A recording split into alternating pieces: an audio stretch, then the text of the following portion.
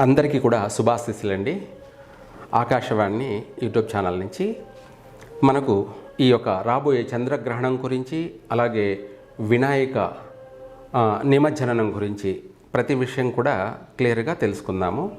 ఇక్కడ మనకు వినాయక చవితి అన్నది మంగళవారము మధ్యాహ్నం నుంచి చవితి ప్రారంభమై బుధవారం రోజు 27వ తారీఖు బుధవారం మధ్యాహ్నానికి అయిపోయింది. అయితే మధ్యాహ్నం నుంచి పంచమి వచ్చింది. దేశమంతటా కూడా వినాయకుడిని ప్రతిష్ఠ చేయడం అంటే ఆ మహాగణపతిని ప్రతిష్ఠ కార్యక్రమాలన్నీ కూడా బుధవారం సాయంత్రం రాత్రి సమయంలో ప్రతిష్ఠ చేశారు. అంటే పంచమి తిథిలో చేశారు. చవితిలో ఎవరు చేయలేదు. ఎక్కువ శాతంగా పంచమి తిథిలో మాత్రమే వినాయకుడిని ప్రాణప్రతిష్ఠ చేశారు మండపాల్లో. అయితే ఇక్కడ మనకు తిథి మధ్యాహ్నం వెళ్ళిపోవడం వల్ల అందరూ కూడా బుధవారం సాయంత్రం ప్రతిష్ఠ చేయడం వల్ల పంచమి తిథితోనే ప్రారంభమవుతుంది. ఇక్కడ మనకు అక్కడి నుంచి చూసుకుంటే 11 రోజులు. ఇక్కడ మనకు గ్రహణం రోజే వస్తుంది. గ్రహణం రోజు అనగా 7వ తారీఖు ఆదివారము. ఆ రోజు వినాయక నిమజ్జనం కార్యక్రమాలు జరపవలసింది వస్తుంది. అయితే ఇక్కడ ఏమిటి అంటే ఆ రోజు రాత్రి చంద్రగ్రహణం పట్టబోతుంది. చంద్రగ్రహణం అనేది 7వ తారీఖు ఆదివారం రాత్రి 9:56 చంద్రగ్రహణం ప్రారంభం కాబోతుంది. అంటే 10 గంటల ముందు. అప్పుడే ఇక్కడ శతభిష నక్షత్రం కూడా ఆ రోజు ఆదివారం రాత్రి శతభిష నక్షత్రంలో ప్రారంభమై చంద్రగ్రహణం, అలాగే పూర్వభాద్ర నక్షత్రంలో ఆద్యంతం అంటే అయిపోతుంది.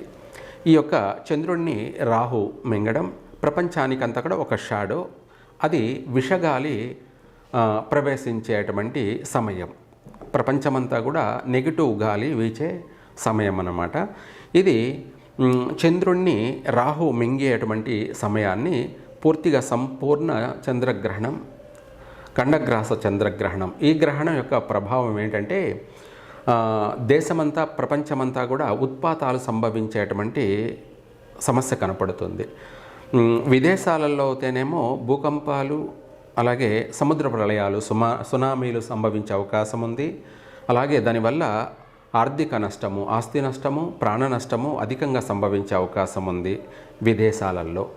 మరి మన భారతదేశంలో ఏమిటి అంటే మన భారతదేశంలో కూడాను సముద్ర తీర ప్రాంత ప్రజలందరూ కూడా చాలా జాగ్రత్తగా ఉండాలి. నన్ను అడిగితే సముద్ర తీర ప్రాంతాల్లో ఉన్నటువంటి ప్రజలందరూ కూడా ఈ మాసం కొంత ఆ ప్రాంతాన్ని వదిలి దూరంగా వచ్చి ఉండడం అందరికీ కూడా క్షేమదాయకం. ఎందుకంటే ఈ గ్రహణ ప్రభావం అనేది ఈ గ్రహణం ముందు కానీ గ్రహణం తర్వాత కానీ అంటే అమావాస్య వరకు కూడా, భాద్రపద అమావాస్య వరకు కూడా ఈ యొక్క మన భారతదేశంలో కూడా సునామీలు వచ్చే అవకాశము ఉంది. అధిక వర్షపాతము, జలప్రళయాలు, అలాగే చెరువులు కట్టలు కూడా తెగిపోయేటువంటి సమస్యలు కూడా ఉన్నాయి. వీటి వల్ల ప్రజలు అప్రమత్తులై ఉండండి. ఇదే కాకుండా దేశమంతా కూడా బాగుండడం కోసం ఈ వినాయక నిమజ్జనం అనేది 7వ తారీఖు ఆదివారం చేయకుండా పోస్ట్ పోన్ చేసుకొని 18 రోజులకి, ఈ సంవత్సరం 18 రోజులకంటే మళ్ళా వచ్చేటువంటి ఆదివారం రోజున నిమజ్జనం చేయడం చాలా మంచిది. ఇది కూడా మెయిన్గా మహాగణపతులు ఎక్కడ కూడా అయితే ఉన్నారో ప్రధానమైనటువంటి గణపతుల్ని 18 రోజుల వరకు పూజించి ఆ 18వ రోజు మళ్ళీ ఆదివారం వస్తుంది కాబట్టి ఆ రోజున నిమజ్జనం చేస్తే దేశానికి శుభం చేకూరుతుంది. ఎందుకంటే సర్వే జన సుఖినో భవంతు అన్నట్టుగా ప్రజలందరూ కూడా క్షేమంగా ఉండాలి. అలాగే సంపూర్ణమైనటువంటి ఆరోగ్యంతో, సంపూర్ణ ఆయుష్తోటి, అలాగే సంపూర్ణమైనటువంటి వాళ్ళ యొక్క దినచర్యలు, దినాభివృద్ధి, ఆర్థిక పరంగా దినదినము అభివృద్ధి చెందాలంటే ఆ నిమజ్జనం అనేది గ్రహణం రోజు చేయకుండా గ్రహణం వీడిన తర్వాత ఎప్పుడైనా సరే చేసినట్టయితే ఇంకా కూడా మంచిది. ఎందుకంటే ఎక్కడైతే గణపతి ఉన్నాడో అక్కడ ఈ చంద్రగ్రహణం యొక్క ఛాయలు కానీ, చంద్రగ్రహణం యొక్క నీడలు కానీ, చంద్రగ్రహణం యొక్క షాడో కానీ, ఎటువంటి విషగాలైనా కూడా అక్కడ పాజిటివ్ గాలిగా మారుతుంది. మనం చేసే ఈ యొక్క మహాగణపతి యొక్క దైవిక పూజా కార్యక్రమాలు మన ప్రపంచాన్ని కాపాడుతాయి. మరిను మన భారతదేశాన్ని ఇంకా కూడా అత్యంత ముఖ్యంగా ఆ మహాగణపతి కాపాడుతాడు.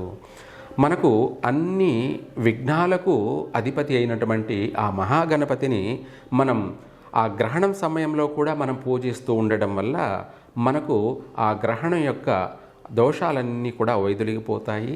చక్కగా మన భారతదేశానికి గ్రహణం యొక్క దోషం ఏ రాశి వారికి కూడా వర్తించదు. ఇక్కడ మనకు కొన్ని రాశుల వారికి ఈ యొక్క గ్రహణం వల్ల నష్టం జరిగే అవకాశం ఉంది. కాబట్టి కన్యా రాశి వాళ్ళకి, సింహరాశి వాళ్ళకి, అలాగే మకర రాశి, కుంభరాశి, మీనరాశి వాళ్ళకి అధికంగా నష్టాలు ఉన్నాయి. కాబట్టి అలాగే ఇదే కాకుండా మన భారతదేశమే కాకుండా ప్రపంచానికంతా కూడా మనం చేసే పూజా కార్యక్రమాల వల్ల ప్రపంచమంతా కూడా రక్షింపబడుతుంది. దీనికి హిందువులు చేసే అటువంటి ఈ యొక్క పూజా కార్యక్రమాలు ప్రపంచాన్ని అంతా కూడా కాపాడుతుందని నేను 100% అందరికీ కూడా తెలియచేస్తున్నాను. గ్రహణం తర్వాత నిమజ్జనం చేస్తే అన్ని విధాల సుభిక్షంగా ఉంటుంది భారతదేశము. ప్రజలు సర్వజనులంతా కూడా చక్కగా అన్ని రంగాలలో కూడా అభివృద్ధి చెందగలుగుతారు. ప్రతి రాశి వాళ్ళు కూడా ప్రమాదాల నుంచి రక్షింపబడతారు. అన్ని రాశుల వాళ్ళు కూడా సుభిక్షంగా ఉంటారు. అంతేకాకుండా ఈ యొక్క గ్రహణ సమయంలో కూడా మండపాలలో ప్రత్యేకించి అమ్మవారి యొక్క మంత్రం చేయడం ఇంకా కూడా అత్యంత శక్తిని కలగచేస్తుంది. రాహుకి దుర్గాదేవి, అలాగే ఈ యొక్క దుర్గా మంత్రాన్ని కానీ ఎటువంటి చెడునైనా కూడా చీల్చి చెండాడేటువంటి ఈ యొక్క మంత్రాన్ని వినాయక మండపాలలో భక్తులందరూ కూడా ఆ గ్రహణ సమయంలో ఈ మంత్ర పఠనం చేస్తే విశేషమైనటువంటి యోగం కలుగుతుంది.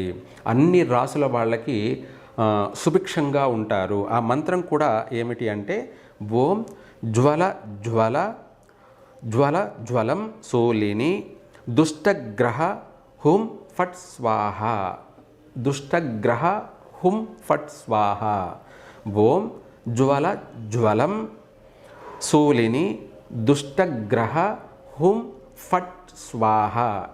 అంటే ఈ యొక్క చంద్రగ్రహణాన్ని దుష్టగ్రహం అని కూడా పిలవడం జరుగుతుంది. రాహు చంద్రుడిని మింగడం వల్ల ప్రపంచానికి నెగిటివ్ అవుతుంది కాబట్టి దాన్ని దుష్టగ్రహం అంటారు. ఈ దుష్టగ్రహ నివారణ చెయ్యాలి అంటే ఈ మంత్రాన్ని అందరూ కూడా పఠించవచ్చు. దానివల్ల అందరికీ మంచి జరుగుతుంది. ప్రతి రాశి వాళ్ళు బాగుంటారు. అందులో మరీ ముఖ్యంగా చెప్పాలంటే కన్యా రాశి వాళ్ళు, తులారాశి వాళ్ళు, సింహరాశి వాళ్ళు, అలాగే మకర రాశి, కుంభరాశి, మీనరాశి వాళ్ళు ఇంకా కూడా చక్కగా అన్ని విషయాలలో వాళ్ళు రాణించగలుగుతారు. ఈ మంత్రం వాళ్ళు రక్షింపబడతారు కూడాను.